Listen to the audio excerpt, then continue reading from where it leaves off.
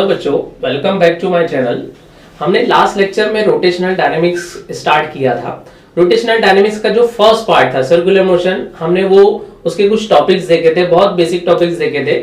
Angular displacement, angular velocity, angular acceleration, ये सारे topics बहुत डिटेल में हमने कुछ क्वेश्चंस भी किए थे ताकि हमारा जो बेस है सर्कुलर मोशन का वो स्ट्रांग हो जाए। तो अब पैरामीटर्स तो हम लोग को क्लियर है। दो चीजें एक्चुअली मोशन में होती है, एक तो पार्ट होता है काइनेमेटिक्स का और एक पार्ट होता है डायनामिक्स का। तो काइनेमेटिक्स का जो पार्ट होता है जिसमें हमारे मोशन के पैरामीटर्स आते हैं, जो हमने लास्ट लेक्चर में स्टडी किया था, वो सारे पैरामीटर्स हमने लास्ट लेक्चर में पार्ट है वो डायनामिक्स ऑफ सर्कुलर मोशन होता है। एक्चुअली ये दोनों में डिफरेंस क्या है, kinematics of circular motion and dynamics of circular motion, जो हमने लास्ट लेक्चर में स्टडी किया था। वहां पे जब पार्टिकल सर्कुलर मोशन कर रहा है, जब वो सर्कुलर मोशन कर रहा था, तो हमने वहां पर ऐसी कोई चीज नहीं पढ़ी थी कि उस मोशन की वजह क्या है, उस मोशन की काउस क्या है, मतलब किस वजह से वो मोशन हो रही है, जो कि एक फोर्स होता है। फोर्स लगने से कोई बॉडी मोशन में आती है। तो हमने फोर्स के बारे में स्टडी नहीं किया था, बल्कि हमने क्या स्टडी किया था कि वो पार्टिकल कितना डिस्प्लेस हुआ, वो पार्टिकल कितना वेलोसिटी से चला, वो पार्टिकल की कितनी वेलोसिटी चेंज हुई, मींस उसमें कितना एक्सेलरेशन आया। ये सारी चीजें हमने पढ़ी थी, जो कि काइनेमेटिक्स का पार्ट होता है मोशन का। अब हम सेकेंड पार्ट पे मूव करने जा रहे हैं, जिसे कहते हैं dynamics of motion. Dynamics of motion क्या होती है? डायनेमिक्स ऑफ मोशन मींस किस वजह से वो मोशन हो रही है, वो मोशन होने के पीछे क्या वजह है, उस चीज को हम स्टडी करते हैं डायनेमिक्स ऑफ मोशन में। तो dynamics of circular motion start करने से पहले हम एक्सेलरेशन के बारे में कुछ और जानना चाहेंगे। एक्सेलरेशन हमने जैसा देखा, एंगुलर एक्सेलरेशन जो हमने देखा लास्ट लेक्चर में, angular acceleration change in angular velocity होती है। हमने लास्ट लेक्चर में कुछ लीनियर पार्ट भी देखा और एंगुलर पार्ट भी देखा। लाइक हमने कुछ एनालॉजी देखा between linear parameters and angular parameters, equations भी देखा, काइनेमेटिकल थ्री इक्वेशंस देखा। तो इसी तरह जो लीनियर पैरामीटर्स, लाइक हमारा जो एक पार्टिकल है, फॉर एग्जांपल ये सेंटर है और इसके सराउंडिंग में एक पार्टिकल सर्कुलर मोशन कर रहा है। ये सर्कुलर मोशन करते टाइम इसमें कुछ पैरामीटर्स हम मेजर करते हैं, जो हमने एंगुलर डिस्प्लेसमेंट, एंगुलर वेलोसिटी और एंगुलर एक्सेलरेशन, ये तीन पैरामीटर्स हमने पढ़ा। बट इस पार्टिकल के पास हमने देखा कि कुछ लीनियर पैरामीटर्स भी होते हैं। लाइक अगर लीनियर वेलोसिटी की बात करें तो लीनियर वेलोसिटी हमने देखा था कि इस तरह इसमें लीनियर वेलोसिटी भी होती है, और जब इसमें लीनियर पैरामीटर होते हैं तो लीनियर वेलोसिटी है तो लीनियर एक्सेलरेशन भी आ सकता है। तो यहाँ पे हम कुछ लीनियर एक्सेलरेशन के बारे में बात करते हैं कि लीनियर एक्सेलरेशन एग्जैक्टली होता क्या है। तो हमने देखा एंगुलर एक्सेलरेशन तो देख लिया था। अब लीनियर एक्सेलरेशन और एंगुलर एक्सेलरेशन का रिलेशन क्या होता है? लीनियर एक्सेलरेशन ए से डिनोट करते हैं, A will be equal to R into alpha.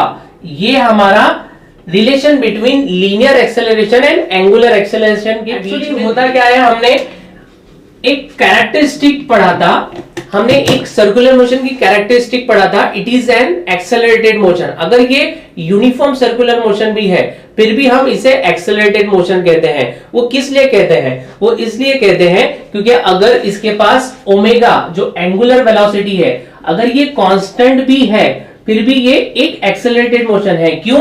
क्योंकि ये वेलोसिटी की डायरेक्शन हमेशा चेंज करता रहता है। ये वेलोसिटी डायरेक्शन इसकी हमेशा चेंज होती है, इसकी डायरेक्शन चेंज होती जाती है। जिस पॉइंट पे भी हमें लीनियर वेलोसिटी कैलकुलेट करनी होती है, हमें वहां से उस पॉइंट से एक टेंजेंट ड्रॉ करना होता है जो कि हमें लीनियर वेलोसिटी देता है। तो ये हमने देखा था कि वो एक्सेलरेटेड मोशन क्यों कहते हैं, इसे एक्सेलरेटेड मोशन क्यों कहते हैं? बिकॉज ये वेलोसिटी का पैरामीटर तो कांस्टेंट है, बिकॉज यहां पर ओमेगा कांस्टेंट है। v is equal to R into omega, ये रिलेशन हमने लीनियर वेलोसिटी और एंगुलर वेलोसिटी में देखा था। तो यहां पर ओमेगा कांस्टेंट है, आर कांस्टेंट है, इसका डिस्टेंस यहां से कांस्टेंट है। तो यहां पर आर कांस्टेंट है, ओमेगा कांस्टेंट है, मींस v की वेलोसिटी भी क्या होगी? v भी हमेशा कांस्टेंट रहेगा। और अगर v कांस्टेंट है मींस यहां पर एक्सेलरेशन भी कांस्टेंट रहेगा। तो यहां पर इस लीनियर एक्सेलरेशन, अगर इस लीनियर वेलोसिटी की बात करें तो यहां पर ये जो एक्सेलरेशन आएगा ये मेरा कांस्टेंट एक्सेलरेशन आएगा, जो कि ये यहां पर जो चीज लिखी हुई है यही एक्सेलरेशन की बात करते हैं। इसे टेंजेंशियल एक्सेलरेशन भी कहते हैं, बिकॉज ये टेंजेंट ड्रॉ करने पे हमें एक्सेलरेशन मिलता है। ये मेरा टेंजेंशियल सर्कुलर मोशन में टेंजेंशियल एक्सेलरेशन जीरो होता है। तो ये जीरो एक्सेलरेशन होने के बाद भी इसे एक्सेलरेटेड मोशन कहते हैं, बिकॉज इसमें एक और एक एक्सेलरेशन होता है जो कि डायरेक्टेड टुवर्ड्स द सेंटर होता है, और उससे रेडियल एक्सेलरेशन कहा जाता है, जो कि पार्टिकल को अंदर की तरफ खींचते रहता है। लाइक ये पार्टिकल यहां जाना चाहता है बट वो इसे अंदर की तरफ खींचता है, अंदर की तरफ खींचते खींचते इसे ये सर्कुलर डायरेक्शन में घुमाता है। तो ये जो टेंजेंशियल एक्सेलरेशन है, तो हम यहां पर एक टोटल एक्सेलरेशन भी लिख सकते हैं, जो कि कॉम्बिनेशन ऑफ टेंजेंशियल एक्सेलरेशन और रेडियल एक्सेलरेशन का होगा। लाइक ए टोटल हम लिख सकते हैं AT plus AR, AT plus AR। तो यहां पर टेंजेंशियल एक्सेलरेशन की इक्वेशन तो मैंने ऑलरेडी लिखी है। यहां पर रेडियल एक्सेलरेशन की इक्वेशन है, ए रेडियल की इक्वेशन v इंटू ओमेगा होती है। ये रेडियल एक्सेलरेशन की डेरिवेशन लास्ट ईयर के सिलेबस में तो था, बट अब ये सिलेबस में आपके इसका डेरिवेशन नहीं है, डायरेक्टली हमें याद रखना है A R is equal to V into omega. यहां पर A R is equal to v into omega तो हमने देख लिया, ठीक है। A R is equal to v into omega, तो v is equal to r into omega भी होता है। तो ये वैल्यू हम यहां पर पुट कर सकते हैं, यहां पुट कर सकते हैं। तो यहां पर A R is equal to r into omega square भी हो सकता है। ये एक अलग इक्वेशन बन जाएगी हमारी।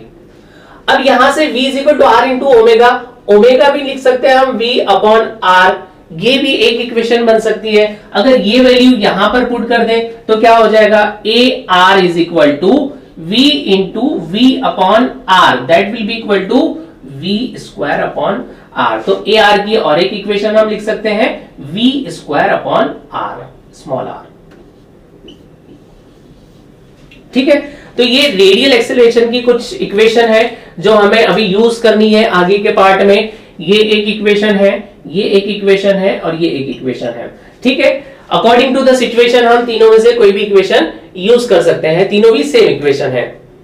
तो ये पार्ट हमारा कुछ dynamics of circular motion start करने से पहले ये पार्ट क्लियर होना जरूरी था, जो कि acceleration, total acceleration circular motion में होता है tangential acceleration plus radial acceleration. Tangential acceleration क्या करता है, टेंजेंशियल एक्सेलरेशन बॉडी की इस पार्टिकल की स्पीड को चेंज करता है, ये स्पीड को कंट्रोल करता है। अगर टेंजेंशियल एक्सेलरेशन जीरो है तो इसकी लीनियर वेलोसिटी कांस्टेंट होगी, लीनियर वेलोसिटी कांस्टेंट होगी।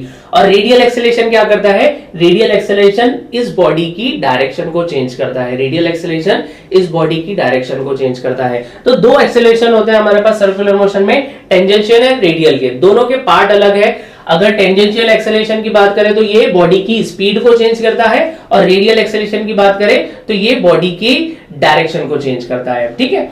तो uniform circular motion, tangential acceleration जो होता है ये पार्ट हमारा जीरो होता है, बिकॉज यहां पर हमारे पास क्या इक्वेशन है, v is equal to r into omega. Uniform circular motion में ये तो होता है कांस्टेंट, तो अगर ये कांस्टेंट हो गया तो वेलोसिटी भी कांस्टेंट हो गया, और लीनियर वेलोसिटी कांस्टेंट होने का मतलब क्या होता है, इसमें लीनियर एक्सेलरेशन भी जीरो है। तो tangential acceleration uniform circular motion में जीरो हो जाएगा, और जीरो होने के बाद हमारे पास सिर्फ और सिर्फ एक एक्सेलरेशन बच जाएगा, रेडियल एक्सेलरेशन, और ये इस सर्कुलर मोशन की डायरेक्शन को चेंज करता है। ओके, ठीक है। तो हम नेक्स्ट टॉपिक देखते हैं, डायनेमिक्स ऑफ सर्कुलर मोशन।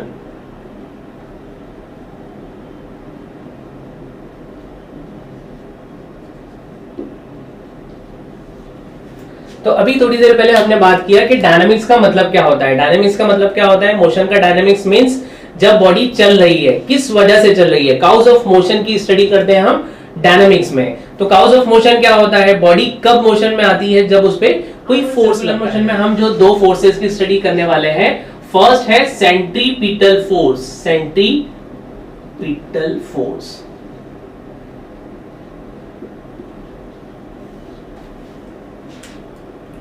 देखिए सेंट्रीपिटल का अगर हम मीनिंग देखें, सेंट्रीपिटल का होता है टुवर्ड्स द सेंटर।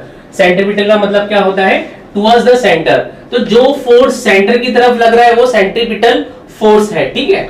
तो सेंट्रीपिटल फोर्स, फोर्स का हमने इक्वेशन देखा, फोर्स का इक्वेशन क्या होता है, मास इनटू एक्सेलरेशन। ये एक्सेलरेशन, हम यूनिफॉर्म सर्कुलर मोशन की बात कर रहे हैं यहाँ पे, uniform circular motion. Uniform circular motion में एक्सेलरेशन, टेंजेंशियल एक्सेलरेशन तो जीरो होता है, जो एक्सेलरेशन होता है वो रेडियल एक्सेलरेशन होता है। और रेडियल एक्सेलरेशन क्या होता है मेरा, radial acceleration v square upon r, या फिर रेडियल एक्सेलरेशन को और क्या लिख सकते हैं हम, r into omega square, r into omega square. ठीक है, अब यहां पे देखिए ये जो पॉइंट है, इस बॉडी का फोर्स जो सेंट्रीपिटल फोर्स है, सेंट्रीपिटल मतलब हमने अभी बात किया towards the centre, towards the centre. अब r इस डायरेक्शन में है, r वेक्टर जो है तो ये इस डायरेक्शन में बता रहा है। ठीक है, अब इस बॉडी का सेंट्रीपिटल फोर्स ये टुवर्ड्स द सेंटर लग रहा है।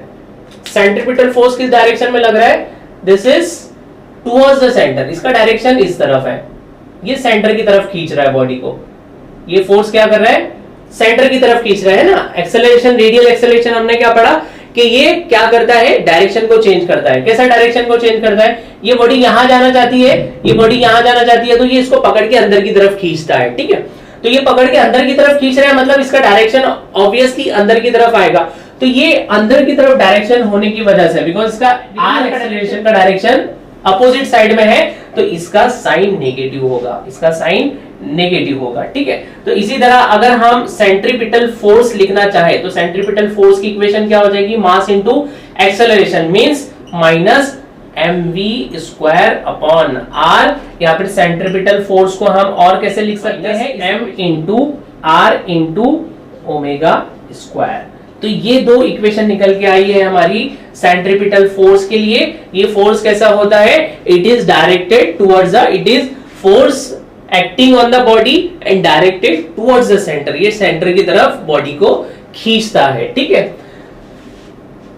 तो ये फर्स्ट फोर्स का टाइप हो गया हमारा centripetal. Next type of the force है सेंट्रीफ्यूगल फोर्स, सेंट्रीफ्यूगल फोर्स। ठीक है, तो यहां पे सेंट्रीफ्यूगल फोर्स ये बहुत इंपॉर्टेंट टाइप ऑफ फोर्स है। एक्चुअली इसे हम सूडो फोर्स भी कहते हैं, सूडो फोर्स। ये कोई एक रियल फोर्स नहीं है, ये एक इमेजिनरी फोर्स होता है। मींस ये बॉडी पे एक्ट नहीं करता है, ये हम एक्ट करवा देते हैं, ये बॉडी पे एक्ट नहीं करता है। बट जो फ्रेम ऑफ रेफरेंस है, ये चीज को बहुत अच्छे से समझने की जरूरत है। एक्चुअली ये फोर्स आता कहां से और क्यों आता है। ठीक है, फॉर एग्जांपल ये यहां पर एक बॉडी सर्कुलर मोशन में घूम रही है। ठीक है, बॉडी को थोड़ा बड़ा बना देता हूं मैं। ये बॉडी यहां पर सर्कुलर मोशन में घूम रही है। ठीक है, अब सेंट्रीफ्यूगल फोर्स लगता कहां पर है, सूडो फोर्स कहां पर लगता है, सूडो फोर्स कहां पर लगता है। हमने दो फ्रेम ऑफ रेफरेंस पढ़ा था। मोशन, जो भी हम मोशन स्टडी करते हैं कोई फ्रेम ऑफ रेफरेंस में स्टडी करते हैं। ठीक है, एक फ्रेम होता है जिस फ्रेम में बॉडी चल रही है, और एक फ्रेम होता है लाइक अगर कोई कार चल रही है तो वो उसका कार का फ्रेम हो गया, और हम कार को देख रहे हैं, हम ऑब्जर्वर हैं, तो हमारा एक फ्रेम हो गया जिसे हम फ्रेम ऑफ रेफरेंस कहते हैं, हम जिसे फ्रेम ऑफ रेफरेंस कहते हैं। ठीक है, तो हम जिस फ्रेम में खड़े हैं, मींस ऑब्जर्वर जिस फ्रेम से ऑब्जर्व कर रहा है, तो उस फ्रेम को दो कंडीशन कंपलसरी है जिसमें रहना है, जिसपे हम Newton's laws of motion apply कर सकते हैं। एक तो या तो वो फ्रेम रेस्ट में रहे या फिर यूनिफॉर्म मोशन में रहे। यूनिफॉर्म मोशन में रहे, ये दो कंडीशन रहना बहुत जरूरी है। जिस फ्रेम से हम ऑब्जर्व कर रहे हैं, जिस फ्रेम से हम बॉडी की मोशन को ऑब्जर्व कर रहे हैं, तो वो या तो रेस्ट में होना चाहिए या फिर यूनिफॉर्म मोशन में होना चाहिए। इसका इनडायरेक्टली मतलब ये होता है कि इस बॉडी में एक्सेलरेशन, इस फ्रेम में एक्सेलरेशन 0 होना चाहिए। This is compulsory. अगर हमें इस बॉडी को एनालाइज करना है with the help of Newton's laws of motion, जो हमने F is equal to mass into acceleration देखा था, ये क्या है, न्यूटन्स लॉज ऑफ मोशन है, सेकंड लॉ है ना। न्यूटन सेकंड लॉ से ही हम ये इक्वेशन निकालते हैं। तो ये जो चीज है, ये न्यूटन्स लॉज को हम कब यूज कर सकते हैं, अगर हमें इसे सर्कुलर मोशन में यूज करना है, तो हम जहां से ऑब्जर्व कर रहे हैं, हमारा जो फ्रेम ऑफ रेफरेंस है, हमारा फ्रेम ऑफ ऑब्जर्वेशन है, तो वो क्या होना चाहिए, या तो रेस्ट में होना चाहिए या यूनिफॉर्म मोशन में होना चाहिए। इनडायरेक्टली इसका बोलने का मतलब ये है कि उस फ्रेम का एक्सेलरेशन मस्ट बी 0, उसका एक्सेलरेशन 0 होना चाहिए। अगर उस फ्रेम में एक्सेलरेशन आ जाता है तो हम Newton's laws of motion apply नहीं कर सकते हैं, वहां पर हम Newton's laws of motion apply नहीं कर सकते हैं, वहां एप्लीकेबल नहीं है, वहां पर हमारे आंसर्स रॉन्ग आएंगे, ठीक है। तो यहां पर अगर एक्सेलरेशन इस फ्रेम में आ जाता है तो क्या होगा, यहां पे न्यूटन्स लॉज ऑफ मोशन हम यूज नहीं कर पाएंगे। तो अब इसका मेथड क्या है, अब उसका सॉल्यूशन क्या है, चलो ठीक है, जो फ्रेम से हम ऑब्जर्व कर रहे हैं वो एक्सेलरेशन में आ गया, वो फ्रेम एक्सेलरेटेड फ्रेम है, तो अब उसका सॉल्यूशन क्या है, हमें न्यूटन्स लॉज ऑफ मोशन तो अप्लाई करना ही है, हमें एनालाइज तो करना ही है, फोर्सेस की स्टडी हमें करना ही है। बट अगर हमारा फ्रेम एक्सेलरेटेड है, हम जहां पर खड़े हैं, जहां से ऑब्जर्व कर रहे हैं वो एक्सेलरेशन में है, तो हम क्या करें, ठीक है। तो उसके लिए हमने एक चीज निकाली है जो कि सूडो फोर्स होता है, मींस वहां पे एक ऐसा फोर्स लगा देना है हमें जो उस एक्सेलरेशन को जीरो कर दे, उस एक्सेलरेशन को जीरो कर दे और हमारा जो फ्रेम है, हमारे फ्रेम को यूनिफॉर्म मोशन में लेकर आ जाए, ठीक है। तो ये चीज एग्जैक्टली उस बॉडी पे लगी नहीं होती है, हम लगा देते हैं वहां पे, लाइक यहां पे हम लोगों को बताया ये यूनिफॉर्म सर्कुलर मोशन हो रही है, ठीक है। अब हम फॉर एग्जांपल ये हमारा कर्व रोड है और हम यहां पर गाड़ी में बैठे हुए हैं, यहां पर हम गाड़ी में बैठे हुए हैं, ठीक है। अब यहां पर ये हमारा फ्रेम ऑफ रेफरेंस है ना, सारी चीजें सराउंडिंग हम यहीं से ऑब्जर्व करेंगे, ठीक है। और इस गाड़ी पे तो एक एक्सेलरेशन लगा हुआ है जो कि रेडियल एक्सेलरेशन है, that will be equal to mv square upon r और mr omega square, radial acceleration यहां पर लगा हुआ है। और कंडीशन क्या है, और मुझे इस बॉडी पे अब Newton's laws of motion study करना है, अब मुझे फोर्सेस स्टडी करना है इस बॉडी का। बट यहां पर, यहां से जिस बॉडी से, जिस फ्रेम से मैं ऑब्जर्व कर रहा हूं, तो वहां तो एक्सेलरेशन है, इस बॉडी में रेडियल एक्सेलरेशन है। मींस क्या हुआ, इतने डिस्कशन से हमें क्या पता चला कि इस सर्कुलर मोशन में भले ही ये यूनिफॉर्म सर्कुलर मोशन है, बट रेडियल एक्सेलरेशन तो सर्कुलर मोशन में होता ही है। तो यहां पर रेडियल एक्सेलरेशन होने की वजह से अब हम डायरेक्टली इसको स्टडी नहीं कर सकते हैं, हमें एक ऐसा इमेजिनरी फोर्स लगाना पड़ेगा, हमें एक ऐसा सूडो फोर्स लगाना पड़ेगा जो कि इसके एक्सेलरेशन को जीरो कर दे, इसके एक्सेलरेशन को, जो यहां पर एक्सेलरेशन लग रहा है इस डायरेक्शन में, तो इसको नलीफाई कर दे, ठीक है। यहां पर कौन सा फोर्स लग रहा है, यहां पर हमने अभी देखा इससे पहले सेंट्रीपिटल फोर्स लग रहा है ना, m इंटू ए आर। अगर मैं यहां पर ये मास ऑफ द बॉडी और इसका एक्सेलरेशन, रेडियल एक्सेलरेशन, ये क्या हो गया m इंटू ए आर, ये तो मेरा सेंट्रीपिटल फोर्स हो गया, सेंट्रीपिटल फोर्स हो गया। तो सेंट्रीपिटल फोर्स तो अंदर की डायरेक्शन में लग रहा है, तो अब इस फोर्स की डायरेक्शन में, अपोजिट डायरेक्शन में मुझे एक ऐसा फोर्स लगाना पड़ेगा जो कि मुझे इस फोर्स के बराबर हो और इस फोर्स को ये जीरो कर दे, इस फोर्स को ये जीरो कर दे, इस बॉडी को बैलेंस में लेकर आ जाए, इस बॉडी को। देखो इसे सूडो फोर्स या इसे इमेजिनरी फोर्स क्यों कहा जा रहा है, एग्जैक्टली इस बॉडी पे कोई इस तरह का सेंट्रीफ्यूगल फोर्स लगा हुआ नहीं है, बट हम इस चीज को लगा रहे हैं यहाँ पे। अब हम इस बॉडी को बैलेंस में लाने के लिए, इस बॉडी को इक्विलिब्रियम में लाने के लिए यहाँ पे इस तरह, इस डायरेक्शन में एक सेंट्रीफ्यूगल फोर्स लगा दे रहे हैं जो कि इक्वल होगा, वो इक्वल सेंट्रीपिटल फोर्स के बराबर ही होना चाहिए, वो इक्वल सेंट्रीपिटल फोर्स के बराबर ही होना चाहिए। तो यहां पर सेंट्रीफ्यूगल फोर्स का इक्वेशन भी m इंटू ए आर ही आएगा, ठीक है। ये तो नेगेटिव डायरेक्शन में है, मल्टीप्लाई बाय m कर दो तो ये फोर्स बन जाएगा, ये तो ऑलरेडी है, ये नेगेटिव डायरेक्शन में है, ठीक है।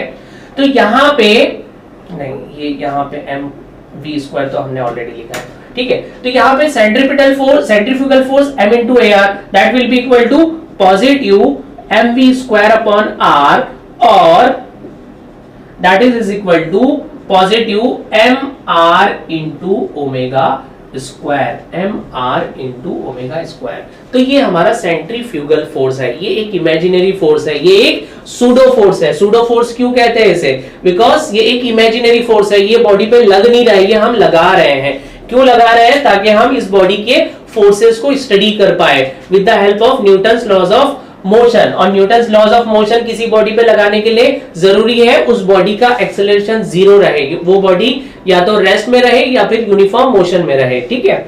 तो यहाँ पर जो रेडियल एक्सेलरेशन लगता है जो कि हमें सेंट्रीपिटल फोर्स देता है, तो उसी के इक्वल हम अपोजिट डायरेक्शन में एक सूडो फोर्स, सेंट्रीफ्यूगल फोर्स लगा देते हैं, जिसे हम m into A R mv square upon R लिख सकते हैं। तो क्लियर है सेंट्रीपिटल और सेंट्रीफ्यूगल में क्या डिफरेंस है, एक तो डायरेक्टेड टुवर्ड्स द सेंटर है और एक अवे फ्रॉम द सेंटर है, ठीक है। दोनों सेम बॉडी पे लग रहे हैं, एक रियल फोर्स है एक इमेजिनरी फोर्स है। सेंट्रीपिटल फोर्स जो है वो रियल फोर्स है, सेंट्रीफ्यूगल फोर्स जो है वो इमेजिनरी फोर्स है, वो एक सूडो फोर्स है, वो होता नहीं है लेकिन हम वहां पे लगा देते हैं। क्लियर है, सेंट्रीपिटल सेंट्रीफ्यूगल फोर्स बहुत इंपॉर्टेंट टॉपिक है, इसी के बेसिस पे हम आगे के टॉपिक्स स्टडी करने वाले हैं, ठीक है। तो यहाँ पर इसे नोट डाउन कर लो। ओके बच्चों, तो नेक्स्ट टॉपिक क्या है हमारा, application of uniform circular motion. इसमें फर्स्ट टॉपिक हमें पढ़ना है vehicle along a horizontal circular track, ठीक है।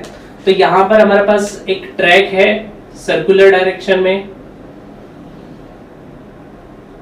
ये ट्रैक है जिसपे हमारा व्हीकल चल रहा है, ये सर्कुलर डायरेक्शन में चल रहा है, ठीक है। ये सी हमारा सेंटर है। फॉर एग्जांपल हम यहां से इसे कट कर देते हैं, सेक्शन ले लेते हैं, ठीक है। तो यहाँ पर हॉरिजॉन्टल डायरेक्शन में मैं यहाँ पर सी ले लेता हूं, ये व्हीकल बन गया मेरा। अब इस व्हीकल पे जो जो फोर्सेस एक्ट कर रहे हैं वो हमें देखना है, कौन कौन से फोर्स एक्ट कर रहे हैं यहाँ पे। फर्स्ट फोर्स इस पे इसका सेल्फ वेट नीचे की तरफ एक्ट कर रहा है, मास इंटू जी, एम इंटू जी लिखते हैं हम, ठीक है। सेकेंड फोर्स, जितने फोर्स से जितने वेट से ये इस ग्राउंड को प्रेस कर रहा है तो ये ग्राउंड भी इसे उतने ही फोर्स से प्रेस करता है और वो फोर्स होता है नॉर्मल फोर्स, ठीक है। एक थर्ड फोर्स टायर और रोड के बीच में होता है जो कि फ्रिक्शनल फोर्स होता है, जो कि व्हीकल को रोड से लगाए रखता है, ठीक है। तो इस बॉडी पे हमारे तीन फोर्सेस लग रहे हैं, एक mg लग रहा है, n लग रहा है और f ऑफ s लग रहा है, ठीक है। तो n क्या है, मेरा नॉर्मल फोर्स है, नॉर्मल फोर्स हो गया। mg क्या है, mg is force due to self weight. और थर्ड फोर्स क्या है, f of s is equal to frictional force है। एक और फोर्स हमें इस बॉडी पे लगाना पड़ेगा जो कि सेंट्रीफ्यूगल फोर्स होगा। सेंट्रीफ्यूगल फोर्स, सेंट्रीफ्यूगल फोर्स कहां लग रहा है, सेंट्रीफ्यूगल फोर्स बाहर की तरफ m into are into omega square, ठीक है। तो यहाँ पे हम इक्वेट करते हैं इक्वेशन को, summation of f of x equal to 0। Summation of f of x में क्या है, m r into omega square minus f of s equal to 0। तो f of s is equal to क्या हो जाएगा, m r omega square s is also equal to f of s is equal to m r omega square। f of s is also equal to mu s into n होता है, ठीक है। तो यहाँ पर f of s की value डालता हूँ, f mu s into n is equal to m r omega square, ठीक है। तो यहाँ पर ये इक्वेशन 1 आ गया मेरा, ये फर्स्ट इक्वेशन हो गया। अब सेकेंड इक्वेशन लिखते हैं हम यहाँ पर, summation of f of y equal to 0। Summation of f of y n positive minus mg equal to 0, यहाँ पर n is equal to mg हो गया, ठीक है। ये मेरा सेकेंड इक्वेशन आ गया। Second equation, now divide second equation with 1, second को 1 से डिवाइड कर देते हैं, तो mu s into n divide by क्या हो जाएगा यहाँ पर, और यहाँ पे m r ओमेगा स्क्वायर को क्या लिख सकते हैं हम, mu s into n is equal to m we square upon r भी लिख सकते हैं, ठीक है। ये सेकेंड इक्वेशन हो गया। Now mu S upon N divide by N is equal to यहां पर क्या है, M we square upon R divide by M into G. यहां एम से एम कैंसल, एन से N cancel, the equation will be mu S is equal to V square upon R divide by G, ठीक है। G R से multiply हो जाएगा, v square upon r into G हो जाएगा। Velocity निकालना है, v square is equal to mu s into r into G हो जाएगा। v will be equal to क्या आ जाएगा, root of mu s into r into G आ जाएगा। ये फाइनल इक्वेशन आ गई मेरी वेलोसिटी की, ठीक है। तो यहाँ पे म्यू एस आर तो क्या है, कांस्टेंट है, जी भी कांस्टेंट है, म्यू एस की वैल्यू वेरी कर सकती है। अगर म्यू एस 0 को कुछ भी फ्रिक्शन नहीं है, यहाँ पर म्यू एस की वैल्यू अगर 0 हो जाती है तो एफ एफ एस 0 हो जाएगा। अगर ऐसा 0 हो जाता है तो वेलोसिटी मींस गाड़ी रोड पे चल ही नहीं सकती है, ठीक है। यहाँ पर सेकेंड, अगर म्यू एस की वैल्यू कहां से कहां तक हो सकती है, इसकी कंडीशन है mu s should be equal to greater than 0, ठीक है। 0 से ज्यादा होना चाहिए तो ही यहां पर कुछ वेलोसिटी से हम व्हीकल को चला सकते हैं, ठीक है। तो ये application, first application vehicle along a horizontal circular track, यहाँ पे हमने पूरा डेरिवेशन देख लिया। यहाँ पर वेलोसिटी क्या आ रही है, म्यू एस, मिनिमम वेलोसिटी है ये, सॉरी मैक्सिमम वेलोसिटी है, root of mu S into are into G. ठीक है, नोट डाउन करें। ओके, तो हमारा नेक्स्ट टॉपिक है वेल ऑफ डेथ।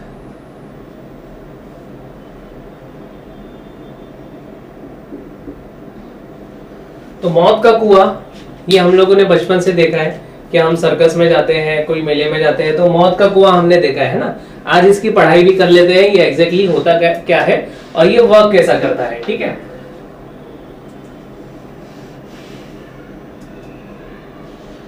तो ये हमारा मौत का कुआं हो गया। ठीक है, यहां पे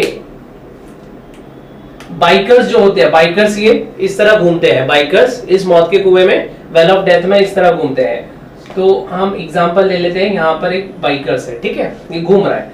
तो यहाँ पे जो जो फोर्स इस बाइक वाले पे लग रहा है, इस बॉडी पे लग रहा है, ठीक है, तो यहाँ पर एक तो इसका सेल्फ वेट नीचे की तरफ लगेगा m इंटू जी। ठीक है, एक इस सरफेस, यहाँ पे बाइक और ये सरफेस के बीच में एक फ्रिक्शनल फोर्स लगेगा एफ ऑफ एस, जिसका डायरेक्शन ऊपर की तरफ रहेगा। क्यों? क्योंकि बाइक नीचे, इसकी टेंडेंसी क्या है, नीचे की तरफ जाने की। ठीक है, तो यहां पर एफ एस कहां लगेगा, इस फोर्स के अपोजिट डायरेक्शन में। एक यहां पर फॉर एग्जांपल ये सेंटर है इसका, तो ये जो नॉर्मल जो है, नॉर्मल हमेशा सरफेस पे, ये बाइक वाला इस सरफेस को प्रेस करेगा, तो नॉर्मल सरफेस से यहां पे नॉर्मल फोर्स लगेगा। ठीक है, और ये नॉर्मल को कौन बैलेंस करेगा, ये नॉर्मल किसको बैलेंस करने वाली है, सेंट्रीफ्यूगल फोर्स को, जो कि m into are into omega square होता है। ठीक है, तो अब यहां पर सेम जैसा इक्वेशंस हम लोगों ने समीशन ऑफ x और समीशन ऑफ y हम लोगों ने देखा था, तो summation of f of x देखते हैं। Summation of f of x में क्या है, n is equal to, this is equal to 0, so n minus m r omega square को पॉजिटिव ले लेते हैं, m r omega square minus n is equal to 0। ठीक है, तो ये हो गया। यहां से क्या मिल जाएगा मुझे, n is equal to m into are into omega square. ठीक है, ये एक इक्वेशन आ गया मेरे पास, ये फर्स्ट इक्वेशन आ गया। ठीक है, अब हमें पता है f of s is equal to होता है म्यू s इंटू n। ठीक है, अब म्यू एस की बाउंड्री लेवल क्या होती है, म्यू एस की लिमिट क्या होती है, या तो ये 0 से बड़ा रहेगा या 1 से छोटा या इक्वल रहेगा, या 0 से इक्वल या बड़ा रहेगा। ठीक है, तो यहां पर म्यू एस 1 के ऊपर तो नहीं जा सकता है, 1 के ऊपर नहीं जा सकता है। ठीक है, so F of S will be equal to less than और equal to mu S into N. इस तरह लिख सकता हूं मैं ये equation, F of S will be less than और equal to mu S into N. अब एन की इक्वेशन ऑलरेडी हमने यहां पर निकाली है, तो एन की इक्वेशन यहां पुट कर देते हैं, f of s less than equal to, इसे मैं इस तरह लिख सकता हूं, इस इक्वेशन को अगर m we square upon r लिखूं तो this is equal to m we square upon r. ठीक है, तो यहां पर मैं क्या लिख देता हूं, mu S into m we square upon r हो गया, इक्वेशन हो गया। अब यहाँ पे f of s is equal to क्या है, mg, summation of f of y करते हैं हम, is equal to 0, f of s minus mg equal to 0, so f of s is equal to क्या हो जाएगा, mg। ठीक है, f ऑफ s की जगह mg भी लिख सकता हूं मैं, mg less than equal to mu s into mv square upon r हो गया। ठीक है, अब यहां से m और m कैंसल हो जाएगा। ठीक है, सो g v निकालना है मुझे, v square will be equal to क्या हो जाएगा, v square will be equal to r into g upon mu s। ठीक है, यहां से v will be equal to क्या हो जाएगा, root of r g upon mu s। तो ये वेलोसिटी है, जिस वेलोसिटी से ये कौन सी वेलोसिटी होगी, ये कौन सी वेलोसिटी, ये मिनिमम वेलोसिटी आएगी मेरी, ये मिनिमम वेलोसिटी आएगी। मिनिमम इतनी वेलोसिटी तो मुझे रखनी ही है, मिनिमम इतनी वेलोसिटी तो मुझे रखनी ही है। ठीक है, इतनी वेलोसिटी मिनिमम मुझे रखनी है, सो दैट कि ये बाइक जो है ये अपने सेल्फ वेट की वजह से नीचे ना गिर जाए, ये सेल्फ वेट की वजह से नीचे ना गिर जाए। तो मिनिमम वेलोसिटी कितनी आ गई, root of mu root of r g upon mu s. ठीक है, अब यहां पर जो म्यू एस की वैल्यू जैसे जैसे चेंज होगी तो वी मिनिमम की वैल्यू भी उस तरह चेंज होगी। अगर म्यू एस की वैल्यू मैं 0 ले लेता हूं तो वी मिनिमम क्या हो जाएगी, v minimum will be equal to infinity. V minimum मतलब बहुत ज्यादा वेलोसिटी हम लोग को रखनी पड़ेगी। अगर म्यू एस 0 हो गया तो ये बाइक यहां पर रुक ही नहीं सकती है, ये बाइक यहां पर रुक ही नहीं सकती है। इंफिनिटी मतलब ये चीज हम लोग को पता ही नहीं है, ये चीज हम लोग को पता ही नहीं है कहां पर जाके ये बाइक यहां नहीं रुकेगी, ये बाइक गिर जाएगी। ठीक है, और अगर mu S is equal to 1 रख देता हूं तो वी मिनिमम क्या आ जाएगा, will be equal to root of R into G. इतनी मिनिमम वेलोसिटी मुझे रखनी पड़ेगी। ठीक है, तो यहां पर हम लोगों का वेल ऑफ डेथ भी हो गया। हम लोगों ने इससे पहले व्हीकल ऑन हॉरिजॉन्टल रोड देखा, तो एप्लीकेशन ऑफ यूसीएम में हम लोगों ने 2 टॉपिक देख लिया। अब बाकी के टॉपिक हम नेक्स्ट लेक्चर में देखेंगे। Thank you.